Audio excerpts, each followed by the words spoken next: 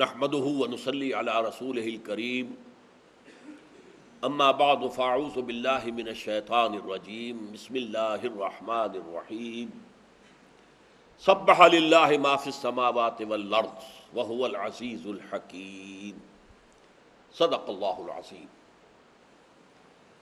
میں عرض کر چکا ہوں کہ 10 مدنی صورتوں کے اس گلدستے میں 5 صورتیں وہ ہیں جو تسبیح کے ذکر سے شروع ہوتی ہیں۔ ان میں بھی ایک عجیب حسن ہے۔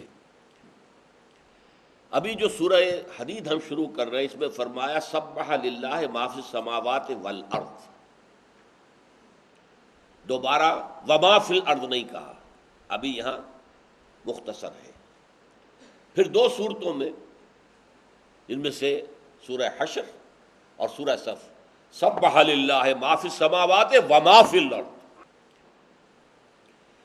اب یہ 5 مسبحات میں سے اب دیکھیے اس پہلے کے وزن پر یسبح لہ ما فی السماوات والارض، یہ سورہ حشر کے آخر میں آتا ہے مضارع، اور 2 صورتوں میں مضارع جو ہے سورہ جمعہ اور سورہ تغابن یسبح للہ ما فی السماوات وما فی الارض۔ یہ توازن ہے، عجیب توازن ہے، غور کرنے کی ضرورت ہے۔ اچھا، اس کے ضمن میں آپ سے اگرچہ تسبیح کے بارے میں باتیں عرض کر چکا ہوں، کیونکہ یہ ہم نے سورہ جمعہ پڑھی ہے، سورہ تغابن پڑھی ہے، سورہ صف پڑھی ہے، لیکن آج پھر میں چاہتا ہوں ذہن میں تازہ کر لیں۔ دیکھیے اللہ تعالیٰ کی معرفت جو دین کی روح ہے، جان ہے، یہاں تک کہ آیہ مبارکہ جو سورہ ذاریات کی ہے وَمَا خَلَقْتُ الْجِنَّ وَالْإِنسَ إِلَّا لِيَعْبُدُونَ، میں نے جنوں اور انسانوں کو پیدا نہیں کیا مگر صرف اس لیے کہ میری عبادت کریں۔ اس کا بہت سے مفسرین نے مفہوم لیا ہے وَمَا خَلَقْتُ الْجِنَّ وَالْإِنسَ إِلَّا لِيَعْرِفُونَ، میں نے جنوں اور انسانوں کو صرف اس لیے پیدا کیا کہ میری معرفت حاصل کریں۔ ظاہر بات ہے عبادت سے پہلے معرفت چاہیے، آپ اللہ کو پہچانیں گے تو بندگی کریں گے، اس کی عظمت کا کچھ آپ کو احساس ہوگا تب آپ اس کے سامنے سر جھکائیں گے، سجدہ کریں گے۔ تو معرفت پہلے ہے، اس کے بعد عبادت آئے گی۔ عبادت کا تعلق عمل سے، پہلے معرفت۔ اب غور کیجئے، معرفت خدا بندی 2 حصے کر لیجئے۔ معرفت ذات ناممکن ناممکن ناممکن۔ حضرت مجدد الفسانی رحمۃ اللہ علیہ اپنے مکتوبات میں بار بار وراء الورا ثم وراء الورا ثم وراء الورا، اے برو از وہم و قیل و قال من، ہمارے وہم سے، قیل و قال سے، ہمارے تصور سے بلندر بلندر بلندر کوئی تصور ممکن نہیں۔ اللہ کا کوئی تصور آپ ذہن میں قائم کریں گے تو یہ شرک ہو جائے گا، کیونکہ آپ نے ذہن میں ایک تصویر بنا لی ہے اللہ کی، اللہ وہ تو نہیں ہے، تو آپ نے خدا گھڑ لیا۔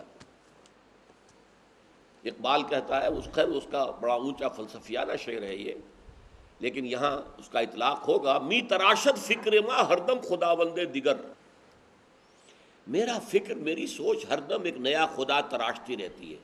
جیسے کوئی بت تراش ہے، آج ایک بت تراشا، دوسرا پھر بت تراش لیا، تیسرا پھر بت بنا لیا۔ مجسمہ تراش ہے، بنانے والا ہے مجسمہ ساز ہے، مجسمے بنا رہا۔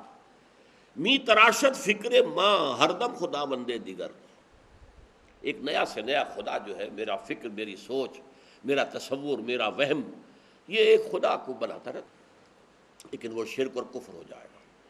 ذات باری کے بارے میں کوئی بات، کوئی قول، کوئی حرف لیس کمثلہ شیء، ہے ہی نہیں کچھ، کیا اس کے مثال کیا دیں گے آپ؟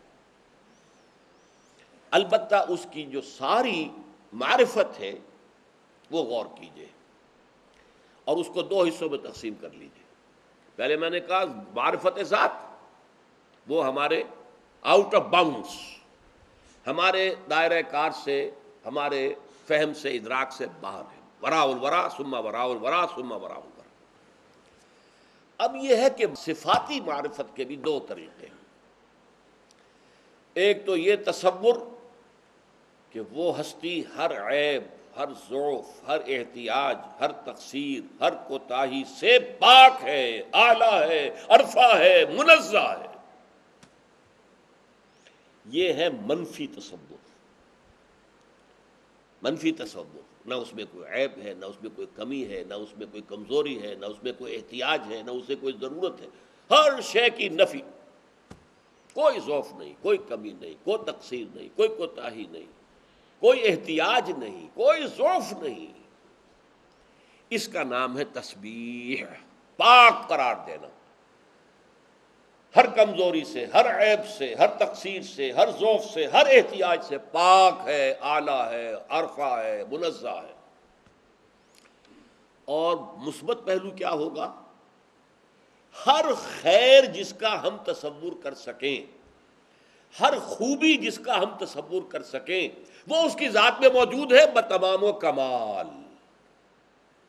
علم ایک خوبی ہے، وہ بکل شیء علیم، وہ ہر چیز کا علم رکھتا ہے. قدرت، طاقت، هو علی کل شیء قدیر. حیات، الحی، زندہ، از خود زندہ، کسی اور کے زندہ رکھے ہوئے زندہ نہیں ہے، خود زندہ ہے.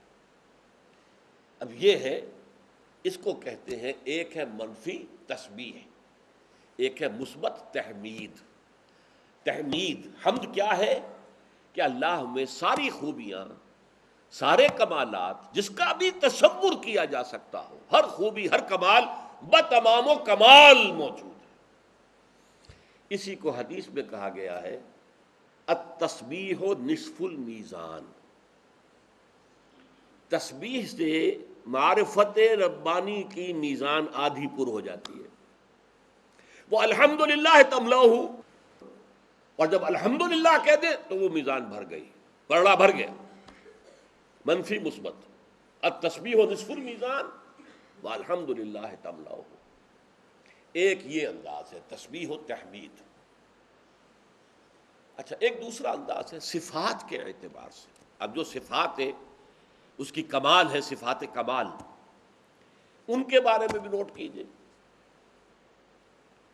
ان صفات کے بارے میں بھی ہم نہ ان کی کیفیت کو جان سکتے ہیں، نہ کمیت کو جان سکتے ہیں. یہ الفاظ ذرا مشکل ہو گئے. کمیت کسے کہتے ہیں؟ Quantity, quality and quantity. Quality کیفیت، کوانٹٹی کمیت. نہیں جان سکتے. اللہ قدیر ہے، کتنا قدیر ہے ہم جان سکتے ہیں؟ ہمارے ذہن میں قدرت کا کتنا تصور آئے گا؟ یہ ہمارے دماغ کی جو ہے ترازو، یہ سونے چاندی کو تولنے کے لیے ماشے تولے تول سکتی ہے، یہ ٹنوں وزن تو نہیں تول سکتی. اللہ علیم ہے، کتنا علیم ہے؟ Can we imagine? کتنا علیم ہے؟ اگر ہم امیجن کر سکیں تو اس کا مطلب ہے ہم نے اللہ کے علم کا احاطہ کر لیا. معاذ اللہ. کتنے کا تو تب بات ہوگی نا جب کہ آپ نے اس کے علم کا احاطہ کر لیا. اتنا ہے. اسی طریقے سے مثلا اللہ بصیر ہے، دیکھتا ہے. کیسے دیکھتا ہے؟ کیا اس کی آنکھیں ہیں؟ کیا اسے دیکھنے کے لیے روشنی کی ضرورت ہے؟ ہم تو آنکھوں سے دیکھتے ہیں، پھر ہمیں تو روشنی چاہیے ورنہ کچھ نہیں دیکھ سکتے. معاذ اللہ ثم معاذ اللہ. وہ کیسے دیکھتا ہے ہم نہیں جانتے. وہ کیسے سنتا ہے؟ بکل شیء بصیر، بکل شیء سمیع، ہر شے کا سننے والا، ہر شے کا دیکھنے والا. سمیع البصیر، سمیع البصیر، السمیع البصیر. کیسے دیکھتا ہے؟ We don't know. کیسے سنتا ہے؟ We don't know. کتنا علم رکھتا ہے؟ We don't know. کتنی قدرت ہے؟ We can't imagine. یہ ہے ہماری محدودیتیں. اللہ کا کوئی تصور قائم کرنا ہمارے لیے ممکن نہیں. البتہ اقبال نے ایک بات کہی ہے، بہت خوبصورتی کے ساتھ کہی ہے. یہ انگریزی کے دو الفاظ ذرا سمجھنے ہوں گے. This universe is a concept, God is percept. Perception میں اور کنسیپشن میں کیا فرق ہے؟ کنسیپشن ہے کسی چیز کا تصور کر لینا پورا، وہ تو احاطہ ہوگا تب ہوگا نا، کوئی آپ تصور قائم کر سکیں. تو یہ یونیورس تو جو ہے وہ کانسیپٹ ہے. اللہ کی ذات کانسیپٹ نہیں ہو سکتی، پرسیپٹ ہے۔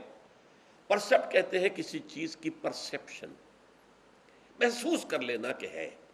اب اس کی سادہ ترین مثال میں آپ کو دے رہا ہوں۔ دیکھیے، ایک دیدہ بینا والا انسان ہے، اس کی بینائی صحیح ہے، ایک اندھا ہے بیچارہ، وہ دونوں ایک قلعے کی دیوار کے سامنے کھڑے ہیں، فصیل کے سامنے۔ وہ جو دیکھنے والا ہے اس کو اندازہ ہے یہ فصیل کتنی اونچی ہے، کس رنگ کی ہے، کیسی ہے، وہ ایک کانسیپٹ قائم کر سکتا ہے، اس لیے کہ وہ دیکھ رہا۔ لیکن اندھا کیا کرے گا؟ صرف جا کر ٹٹول کر کے ہے دیوار ہے، بس۔ کتنی اونچی ہے، کیسی ہے، کس رنگ کی ہے، یہ پرسیپشن ہے، percept. We can feel within our hearts the existence of God, جیسے کہ ایک اندھا دیوار کو ہاتھ لگا کر کہتا ہاں دیوار ہے، دیوار ہے، دیوار ہے۔ اسی طرح ہم دل میں اللہ کی وجود کو محسوس کر سکتے ہیں، پرسیو کر سکتے ہیں، کنسیو نہیں کر سکتے، اس کا پورا تصور ہم قائم نہیں کر سکتے۔ یہ ہے معرفت باری تعالیٰ کے ضمن میں چند باتیں جو میں نے چاہا کہ ایک ترتیب کے ساتھ سامنے آ جائے۔ اب دیکھیے، جو میں نے کہا تھا، پہلی بات معرفت ذات خارج از بحث، ذرا بھی بات کرو گے تو کہیں نہ کہ کفر اور شرک میں مبتلا ہو جاؤ گے۔ حضرت ابوبکر صدیق نے ایک مرتبہ فرمایا، بڑا پیارا، العجز عن درک الذات ادراکو، اللہ تعالیٰ کی ذات کے ادراک سے عاجز ہو جانا ہی ادراک ہے۔ جب انسان یہ سمجھ لیتا ہے، معلومم شد کہ ہیچ معلوم نہ شد، مجھے خوب معلوم ہو گیا ہے کہ مجھے تو کچھ بھی معلوم نہیں۔ ایک آدمی فزکس کی ہائٹس کے اوپر پہنچا ہوا ہے اور یہ جو اسپیس ہے اس کی، لیکن آج بھی وہ سمجھتا مجھے کچھ پتہ نہیں ہے یہ کائنات کتنی لمبی چوڑی ہے، کہاں شروع ہوتی ہے، کہاں ختم ہوتی ہے۔ معلومم شد کہ ہیچ معلوم نہ شد، یہی پتہ نہیں اس کا سائز کیا ہے، کچھ پتہ۔ یہ علم کا کمال ہے۔ اسی طرح معرفت خداوندی کا کمال کیا ہے؟ ذات باری تعالیٰ کا، العجز عن درک الذات، ذات کے ادراک سے عاجز جب آدمی آ جاتا ہے، ادراکو، یہی ادراک ہے۔ اس پر حضرت علی نے گرہ لگائی، دوسرا جملہ کہہ دیا جس سے کہ شعر بن گیا، وَالسَّعْيُ فِي كُنْهِ الذَّاتِ إِشْرَاكُ، ذات کے ادراک کی کوشش کرنا شرک بن جائے گا۔ یہ میں بیان کر چکا ہوں۔ تصور آپ قائم کریں گے تو وہ تو آپ کا اپنا بنایا ہوا خدا ہے، آپ کے ذہن کا تراشیدہ خدا ہے، نہیں تراشد فکر ما ہر دم خدا بندے دیگر۔ تو یہ چند چیزیں ہیں۔ اب آپ دیکھیے سورت شروع ہو رہی، سبح للہ ما فی السماوات والارض۔ سبح یسبح کا مادہ عربی زبان میں آتا ہے تیرنے کے لیے یا فضا یا خلا میں اپنی سطح کو برقرار رکھنے کے لیے۔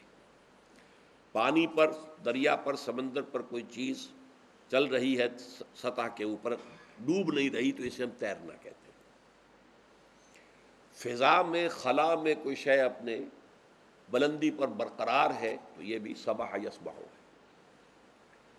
سبح یسبح خود تیرنا یا خود اپنی سطح کو برقرار رکھنا، اسی معنی میں قرآن مجید میں سورہ یاسین میں آیا ہے۔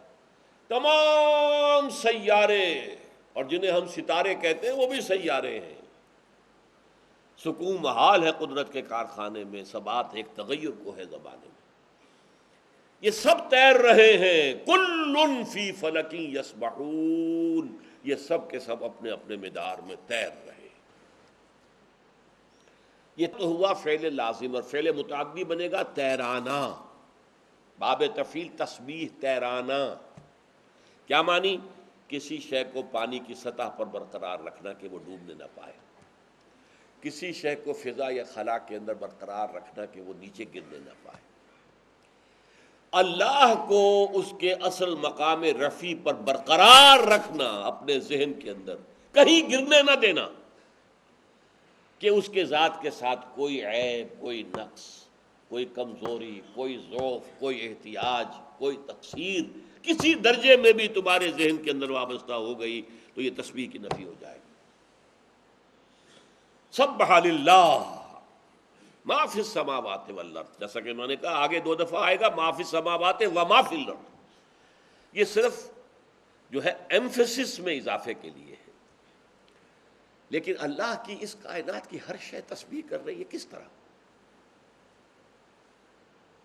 ایک تسبیح ہم کرتے ہیں سبحان اللہ سبحان اللہ سبحان اللہ سبحان اللہ، یہ تسبیح قولی ہے۔ یہ بھی ممکن ہے کہ اللہ نے ہر شے کو زبان دی ہو اور ہر شے اپنی زبان میں اللہ کی تسبیح کر رہی ہے، کیونکہ حامیم سجدہ کے اندر سورہ مبارکہ میں آیا ہے قیامت کے دن جب اللہ ہماری کھالوں کو بھی قوت گویائی دے دے گا اور یہ کھالیں ہمارے خلاف گواہی دیں گی، ہمارے اپنے اعضاء، اے اللہ میرا ہاتھ کا، اے اللہ تو نے مجھے اس بدبخت کے حوالے کیا، اس نے اس ہاتھ سے وہ کام کیا، مجھ پر ظلم کیا، اللہ کے دیے ہوئے ہاتھ کو کسی غلط کام کے لیے استعمال کیا۔ تو لوگ حیران ہو کر کہیں گے لما شہدتم علینا، تم ہمارے خلاف کیوں گواہی دے رہے ہو، ہمارے ہاتھ، ہمارے پاؤں، ہماری جلد؟ تو اس کے جواب میں وہ کہیں گے انطقنا اللہ الذی انطق کل شیء، آج اس اللہ نے ہمیں بھی گویائی دے دی ہے جس نے ہر شے کو گویائی دی ہے۔ اب یہاں ثبوت ہو گیا کہ ہر شے کے اندر گویائی ہے، شجر ہو، حجر ہو، سیارے ہوں، ثوابت ہوں، حیوان ہوں، سمندری جانور ہوں، انسان ہوں، ہر شے۔ تو یہ تو ایک مفہوم ہے، لیکن وَلَٰكِن لَا تَفْقَهُونَ تَسْبِيحَهُمْ، یہ سورہ بنی اسرائیل میں فرمایا وَإِن مِّن شَيْءٍ إِلَّا يُسَبِّحُ بِحَمْدِهِ، کوئی شے نہیں ہے ایسی کہ جو اللہ کی تسبیح اور اس کی حمد نہ کر رہی ہو، تم نہیں سمجھ سکتے ان کی تسبیح کو، وَلَٰكِن لَا تَفْقَهُونَ تَسْبِيحَهُمْ، تو ان کی زبان کو ہم نہیں جانتے، اس لیے ہم اس زبان سے، قول سے جو تسبیح وہ کر رہے ہیں وہ تو ہم نہیں جانتے۔ البتہ ایک تسبیح ہماری سمجھ میں آ جاتی ہے، وہ تسبیح حالی ہے، حال سے، اپنے وجود سے۔ ایک مصور نے بہت اعلیٰ تصویر بنائی ہے، آپ اس کو دیکھتے ہیں، تعریف کس کی کرتے ہیں؟ تصویر کی یا مصور کی؟ تعریف تو مصور کی ہے۔ ہر شے اس کائنات کی گواہی دے رہی ہے میرا پیدا کرنے والا ہر اعتبار سے ایک ہستی کامل ہے، نہ اس کے قدرت میں کوئی کمی ہے، نہ اس کے علم میں کوئی کمی ہے، نہ اس کے حکمت میں کوئی کمی ہے، یہ ہر شے بول رہی ہے اپنے زبان حال سے۔ یہ سورج، یہ چاند، یہ ستارے، یہ سیارے، یہ ثوابت، یہ زمین، یہ آسمان، یہ چرند اور پرند، یہ سب کے اپنے وجود سے ثبوت دے رہے میرا پیدا کرنے والا کامل ہستی ہے، اور نہ اس کے علم میں کوئی کمی ہے، نہ اس کے قدرت میں کوئی کمی ہے، نہ اس کی حکمت میں کوئی کمی ہے، ہر اعتبار سے ہستی ہے کامل۔ یہ ہے تسبیح حالی، اپنے حال سے، زبان حال سے کہنا، زبان حال سے تصویر اپنے مصور کے کمال فن کی گواہی دے رہی ہے،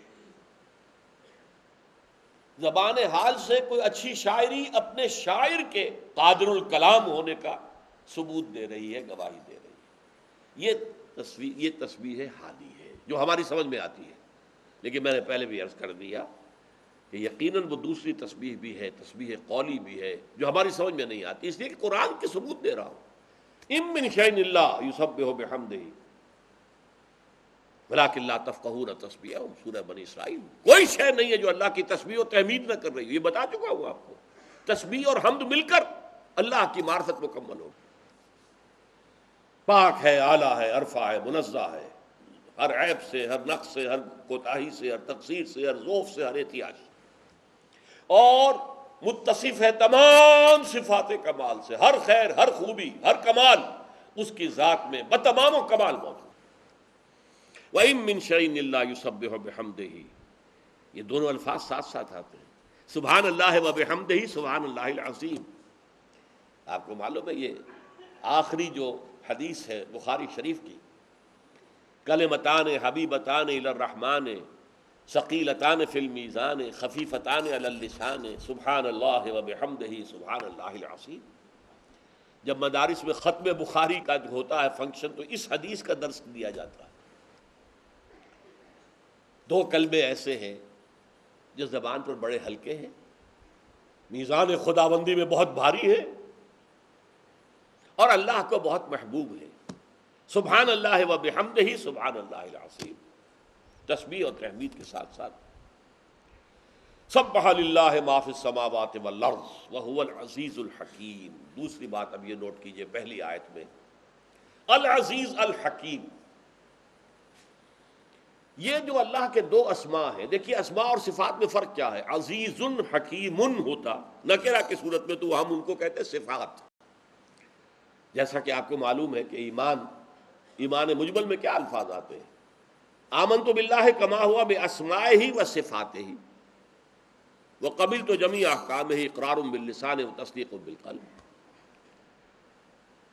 تو آمنت باللہ کما ہوا باسمائہ و صفات، ہم اللہ کو جان سکتے ہیں صرف اسماء و صفات کے حوالے سے، اگرچہ ان کی بھی نہ کیفیت معلوم نہ کمیت معلوم. سمیع ہے، بصیر ہے، قدیر ہے، علیم ہے، یہ صفات معلوم ہے. ان میں سے الحکیم اور العزیز یہ جوڑا جو ہے قرآن مجید میں بہت مرتبہ آیا ہے، اور ان صورتوں میں خاص طور پر آپ دیکھیں گے کہ یہ جوڑا جو ہے بتکرار آیا ہے، بہت بہت مرتبہ آیا. العزیز ایسی ہستی کو کہتے ہیں جس کا اختیار مطلق ہو، نو لمیٹیشنز، جس کو کسی اور سے کوئی سینکشن لینے کی ضرورت نہ ہو، جس کے اوپر کوئی لمیٹیشنز نہ ہو. العزیز زبردست، اقتدار پر پوری طرح مستولی چھایا ہوا. یہاں پر نوٹ کیجئے ہمارے ہاں جو اب ایک علم ہے، بہت بڑا علم ہے پولیٹیکل سائنس، اس کے ایکسیمز میں سے ہے، اس کے اصولوں میں سے جو ضرب المثل بن جاتی ہیں بعض چیزیں. Authority tends to corrupt and absolute authority corrupts absolutely. جہاں اختیار ہوگا اس میں کرپشن اور بے راہ ہونے کا گویا کہ رجحان موجود ہے، امپلائڈ ہے، اس کے اندر لازمن ہے. اور جہاں ایبسولوٹ اتھارٹی ہو جائے گی تو ایبسولوٹ کرپشن ہوگی. پھر اختیارات ہیں لامحدود تو لامحدود کرپشن ہوگی. یہی وجہ ہے کہ کانسٹیٹیوشنل لا، آپ کو معلوم ہے کہ قانون کی یہ ایک خاص شاخ ہے. جو ہمارے ہاں جو وکیل ہوتے ہیں کانسٹیٹیوشن لاز، کانسٹیٹیوشن کے باہر ان کا اپنا ایک علیحدہ مقام ہوتا ہے. ان کا اصول کیا ہے؟ Checks and balances. جہاں اختیار ہے وہاں کوئی نہ کوئی چیکس بھی ہونے چاہیے، احتساب بھی ہونا چاہیے، کوئی بیلنس بھی ہونا چاہیے. ایسا نہ ہو کہ یہ بے راہ ہو جائے، بالکل مطلق الاعلان ہو جائے. Checks and balances.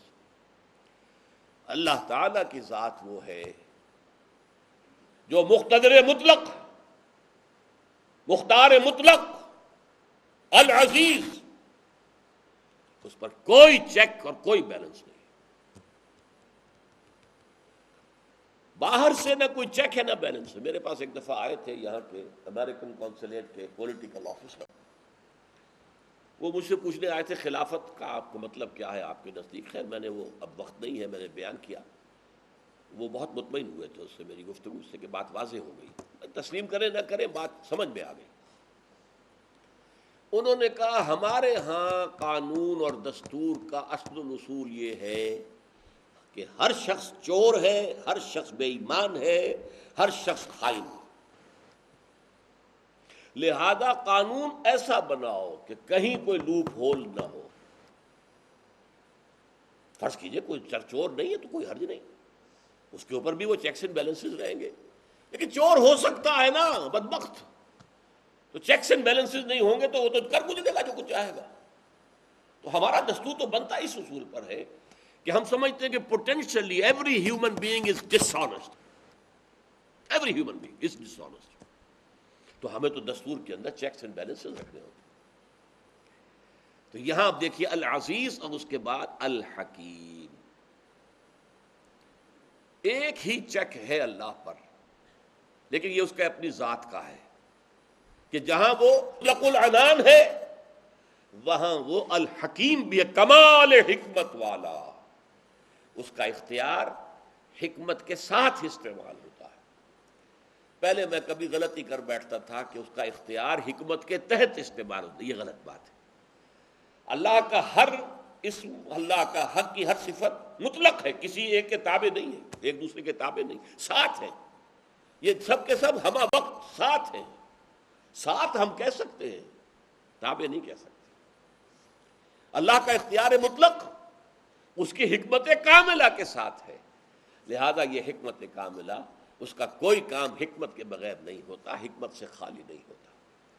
یہی ہے ایک انٹرنل بیلنس اگر آپ کہیں اس کے اوپر، اس کے اختیار مطلق پر، تو اس کی اپنی حکمت ہے کہ کوئی کام بھی غیر حکیمانہ، کوئی کام غیر منطقی، غیر معقول اس سے ہونے کا کوئی سوال ہی نہیں. اچھا، یہاں میں اب آپ کو میں نے ایک دفعہ ایکسرسائز کی تھی اس لفظ العزیز کے بارے میں، میں آپ کے ساتھ شیئر کر لوں. یہ العزیز یا عزیزن قرآن مجید میں کل 99 مرتبہ آیا ہے. 11 مرتبہ ہے دوسروں کے ضمن میں. مثلا 4 مرتبہ عزیز مصر جو بادشاہ تھا یا وہ بہت بڑا آفیسر تھا مصر کا. ایک بار قرآن کے لیے صفت کے طور پر قرآن العزیز، اور ایک بار تنزن اہل جہنم کے لیے ذق انک انت العزیز. چکھو بدا اسحاق کا، تو بڑا با اختیار تھا، بڑا تو دنیا کے اندر جو ہے مطلق العنان تھا، اب چکھ یہ مذاق. بقیہ 88 مرتبہ جو یہ لفظ آیا، اس میں سے 48 مرتبہ اس کے ساتھ الحکیم آیا. یہ نوٹ کرنے کی بات ہے. 48 مرتبہ العزیز الحکیم، یہ جڑواں ہے، اس لیے کہ دونوں مل کر ایک کانسیپٹ کو مکمل کر دیتے ہیں. جیسے تسبیح و تحمید سے معرفت مکمل ہو گئی، ایسے ہی العزیز الحکیم مل کر اس تصور کو مکمل کرتے ہیں کہ اختیار مطلق ہے، لیکن اس کے ساتھ ہی اس کی حکمت کاملہ بھی ہے. باقی جو آیا ہے یہ 40 مرتبہ، اور اس میں سے جمالی انداز میں اللہ تعالیٰ کی صفت جمالی بھی ہے اور جلالی بھی ہے. رحیم آیا 13 بار، عزیز الرحیم. غفور آیا ہے 2 بار، عزیز الغفور. غفار کے ساتھ 3 مرتبہ، وہاب 1 مرتبہ. علیم 5 مرتبہ، حمید 3 مرتبہ. جلالی انداز میں کہا گیا ذو انتقام، عزیز ذو انتقام، اللہ زبردست ہے، انتقام لینے والا ہے. 4 بار. قوی ہے، عزیز ہے اور قوی ہے 7 مرتبہ. مقتدر ہے 1 مرتبہ. اور 1 مرتبہ یہ آیا ہے قرآن حکیم کا واحد مقام جو اسی گروپ کے اندر ہے، سورہ حشر میں. ایک آیت میں تسلسل کے ساتھ اللہ کے 8 نام، الملک القدوس السلام المومن المہیمن العزیز الجبار المتکبر، اس میں بھی العزیز ہے. تو گویا کہ 7 اسماء کے ساتھ. تو یہ العزیز جو ہے اللہ تعالیٰ کی ذات کے لیے بڑی اہمیت والا نام ہے، اور اس کی سب سے بڑی ایکمپنیمنٹ جو ہے اس کے ساتھ وہ ہے الحکیم، اختیار مطلق اور کمال حکمت. بارک اللہ لی ولکم فی القرآن العظیم ونفعنی وإیاکم بالآیات والذکر الحکیم.